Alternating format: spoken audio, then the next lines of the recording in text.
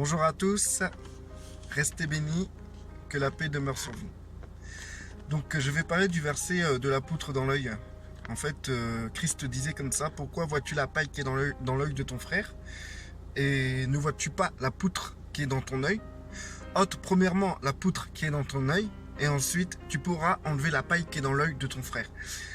Donc ce verset-là, majoritairement, généralement, on l'utilise toujours par rapport au fait que telle ou telle personne nous juge, ou on juge des gens, on nous sort ce verset-là, ou parce que on voit les défauts des gens, donc du coup, on va sortir ce verset-là, on va dire, ouais, mais pourquoi tu vois la paille qui est dans l'œil de ton frère? Toi, tu as une poutre.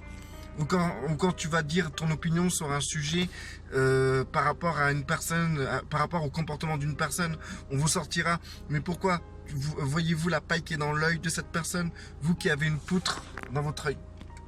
Donc, du coup, moi, je l'ai perçu d'une autre manière. Donc, je suis pas l'unique personne qui a reçu une révélation où j'ai perçu un verset autrement que tout le monde. Non, je suis certain que beaucoup de gens l'ont perçu comme ça.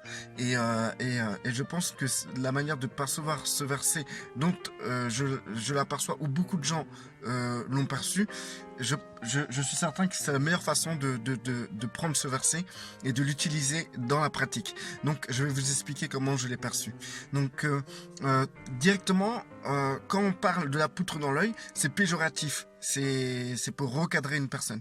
Qu'en réalité, dans ce verset-là, on y trouve une source incroyable dans laquelle on peut se remettre en question totalement. En fait, pourquoi parler de la paille comme un problème ou comme quelque chose de négatif? La paille dans l'œil de notre prochain, ça peut être simplement une situation que notre prochain a du mal à vivre ou n'importe quel événement. Ça peut être un problème au travail, ça peut être un problème dans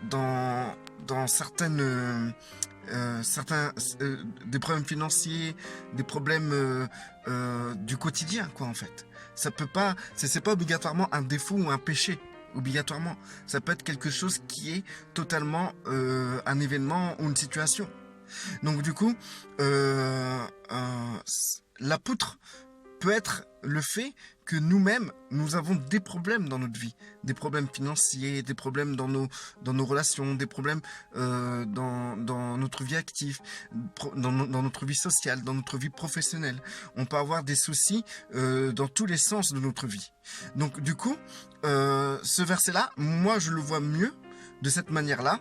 Après, on peut l'interpréter comme on le veut, mais l'interpréter comme je vais vous le dire vous, va vous amener à une certaine avancée, parce que c'est un peu ce que je constate parmi les frères et sœurs, c'est qu'en réalité, on va vouloir aider les autres, les autres qui sont dans des situations difficiles, et que nous-mêmes, on est déjà dans des situations difficiles. Donc, au lieu de vouloir aider ton prochain à sortir d'une situation difficile, sors-toi premièrement de ta situation qui est difficile.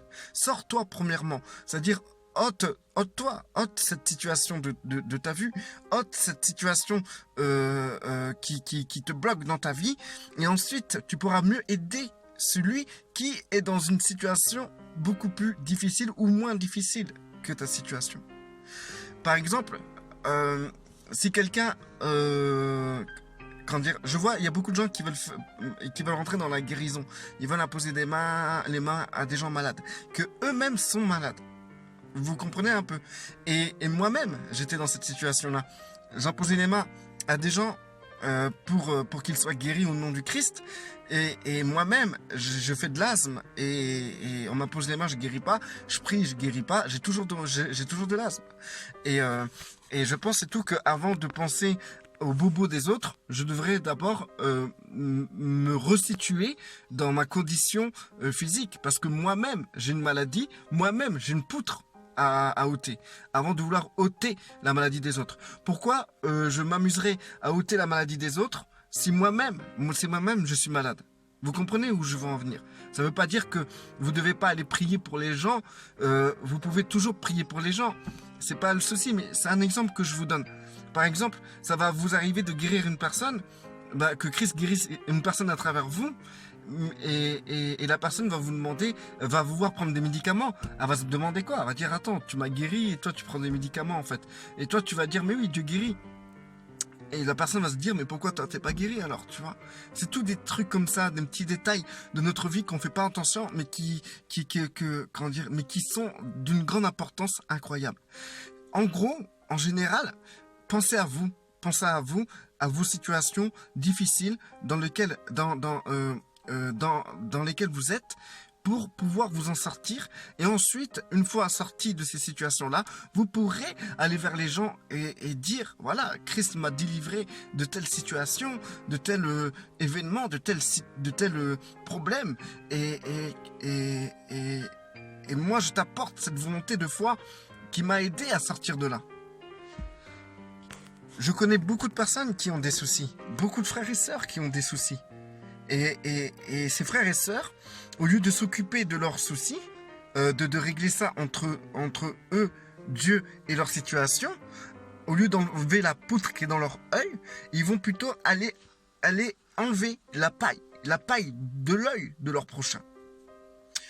Ils vont aller à gauche, à droite, aider des gens à gauche, à droite, que eux-mêmes sont dans des situations difficiles et compliquées et de galère. Vous comprenez un peu le sens? Par exemple, je vais donner un autre exemple. Non, même pas. Avant de donner un exemple, je tenais à vous expliquer pourquoi je prends ce verset de ce sens-là. Parce que, en fait, regardez-moi bien. Si je veux enlever la paille qui est dans ton œil. C'est une image, mais qu'on va représenter dans le monde réel. Voilà, on va dire que tu as un truc dans ton œil. Et je veux t'aider à l'enlever. D'accord? À l'enlever. C'est que je veux t'aider, au fond. Je suis quelqu'un de positif, qui cherche une action positive, qui vient d'une manière positive vers toi pour te rendre service et t'aider. Donc, je viens t'aider à enlever cette paille qui est dans ton œil. Donc, je te rends service. Vous comprenez un peu la chose? Donc, c'est pas un verset péjoratif, c'est un verset complètement positif. Les gens que Christ désigne comme ayant une poutre dans leur œil, c'est pas un jugement total vers ces gens-là. C'est plutôt Christ parle à des gens qui veulent aider les gens, qui veulent aider les autres. Mais le problème, c'est que eux ont des problèmes, des plus gros problèmes. Et Christ nous dit par là, d'abord, avant d'aller aider Pierre-Paul Jacques, là, aide-toi toi-même, toi. Il faut t'aider. Il faut que tu sortes de cette situation. Et si ça marche pas, eh ben, prie plus, jeûne, fais des trucs, mais il faut que tu sortes de là. Il faut que tu t'arrêtes de patauger là. Il faut que tu sortes de ce sable mouvant où tu coules, au lieu d'aller aider celui-là quand toi t'es dans le sable mouvant jusqu'au cou, et tu cherches à aider celui qui est dans le sable mouvant jusqu'au genou. Vous comprenez un peu la chose? Donc c'est pas une tare, c'est pas un problème de penser à vous, frères et sœurs. On utilise souvent ce verset qu'il faut mourir à soi-même. Et donc, les gens, comment ils font pour mourir à soi-même? Ils vont penser aux autres, ils vont tout faire pour les autres. Mais c'est pas ça, parce que ça sert à rien de faire pour les autres si toi-même, déjà, tu es empêtré dans des problèmes. Ça sert à rien. Il faut d'abord que vous puissiez vous-même être hors des sables mouvants pour pouvoir aider la personne qui est en train de s'enfoncer et qui est déjà jusqu'au genou là, pour l'aider à sortir des sables mouvants. Parce qu'en étant dans les sables mouvants, vous ne pouvez pas aider ceux qui sont dans le sable mouvant. Il faut sortir de là. Il faut sortir de cet état de catastrophe de votre vie pour pouvoir aider d'autres personnes. Et frères et sœurs, je vais continuer des vidéos dans ce sens-là. Il faut savoir et tout que nous avons beaucoup de choses à régler. Moi, j'ai vu la poutre qui est dans mon œil. Et elle est toujours dans mon œil.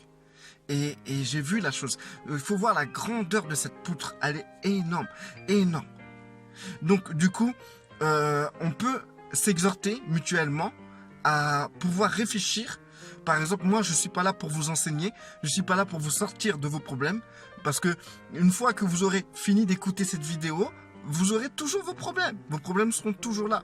Moi, je ne suis pas là pour vous aider à sortir de vos problèmes. Mais par contre, je suis là pour vous exhorter, pour partager. C'est comme un partage, c'est comme deux personnes qui se voient face à face et qui discutent ensemble et qui parlent sur des points de vue, sur des sujets et qui réfléchissent ensemble sur comment aborder un tel sujet. Donc du coup, je suis là et ensemble nous partageons. Nous sommes dans le même niveau, nous sommes au même stade. Je ne suis pas quelqu'un qui est là pour vous dicter votre vie. Je suis simplement là pour vous partager une réflexion que j'ai eue et que je travaille depuis, ça fait un moment que je fais plus de vidéos et ça fait un moment que je travaille sur ça bien avant que j'ai arrêté les vidéos là. Ça fait 2 mois je pense, un mois et demi que je fais plus de vidéos et bien avant je réfléchissais déjà sur ça et ça a pris une ampleur incroyable et je tiens à vous partager toutes ces choses là parce que chaque jour c'est quelque chose de formidable de voir de cette nouvelle manière.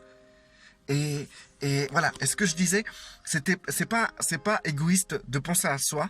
C'est d'abord sortir des sables mouvants pour pouvoir aider les autres.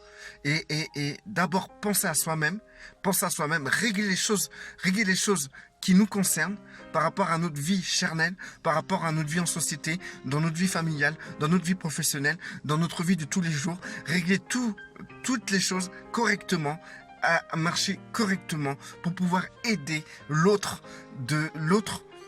pour enlever la paille qui est dans l'œil de votre prochain, tout simplement. Donc, ça ne veut pas dire que vous allez rester les bras ballants, mais ça fait du bien parfois de dire stop. Là, on va réfléchir. Je vais m'asseoir et calculer l'ampleur des dégâts, l'ampleur de cette poutre. Et la voir entièrement, complètement et sincèrement. Et ensuite, comprendre et savoir comment régler ça. J'ai compris beaucoup de choses. J'ai vu cette poutre qui est dans mon œil. Je l'ai vue, j'ai vu l'immensité de cette poutre. Et je me suis assis et j'ai longtemps médité, j'ai prié et j'ai compris comment l'enlever. Ça demande du temps. Donc dans mes prochaines vidéos, je vais encore plus développer sur ça. Je vais développer sur plusieurs points là de cette poutre qu'on peut avoir dans notre œil et surtout vous amener à mieux vous traiter. Parce qu'en fait, c'est pas en vous occupant des autres que vous allez aller mieux. Ça c'est faux. C'est d'abord régler votre situation entre vous et Dieu, entre votre environnement, Dieu et vous. C'est être stable, avoir des fondements sincères, des fondements complets, quelque chose de solide, quelque chose qui est palpable. Aujourd'hui, ce qu'on fait, on va dans tous les sens. On va dans tous les sens, pensant que si nous œuvrons pour Dieu, eh ben Dieu nous le rendra. Si nous faisons du bien à notre prochain, eh ben Dieu nous le rendra. Et si on s'efface complètement, pour se donner aux autres, Dieu nous le rendra. C'est comme ça qu'on ira mieux. C'est pas vrai. C'est pas vrai. Parce qu'avant de s'effacer, il faut se voir. Il faut se voir complètement. Et quand vous voyez complètement, vous savez quoi effacer. Mais pour l'instant, vous savez rien. Vous savez pas on ne sait pas qu'est-ce qu'on doit effacer. Et c'est pas en s'effaçant qu'on règle les problèmes. C'est plutôt en voyant clairement les choses qu'on règle les problèmes. Donc, parfois, il faut faire une introspection de notre personne, de ce qu'on est, de ce qu'on fait. Les gens disent, oui, mais c'est plus moi qui vis, c'est Christ qui vit en moi. Mais excusez-moi, quand je vous vois, c'est pas Christ qui vit, quoi. C'est pareil pour moi. Moi, je le disais, ça aussi. C'est pas moi qui vis, c'est Christ qui vit en moi. Mais quand je vois ma vie, quand je vois mon comportement, dans tous les environnements, dans tous les environnements que je peux être, eh ben, c'est pas le cas. Donc, du coup, il faut savoir se poser. Donc, frères et sœurs, je vous donne rendez-vous aux prochaines vidéos. Et je pense et tout que après cette série de vidéos, après je dis série, peut-être je vais parler d'un autre sujet. Vraiment, c'est comme d'habitude. Hein, je ne sais pas ce que je vais dire sur la prochaine vidéo déjà. Mais pour vous dire que je sais que ça va aller dans ce sens-là, puisque je parle et je partage seulement ce que je suis. Donc du coup, je sais que je suis en peine dedans. Donc du coup, ça va aller dans ce sens. Et de ce fait, Voilà. Bon, bref. Allez, j'ai prévu de faire des vidéos de 15 minutes. J'avais prévu de faire des vidéos de 10 minutes ou 15 minutes. Donnez votre avis si vraiment vous préférez 10 minutes ou 15 minutes, c'est quoi le mieux, quoi. Donc, restez fort, restez bénis. Et que la paix qui demeure sur vous reste sur vous.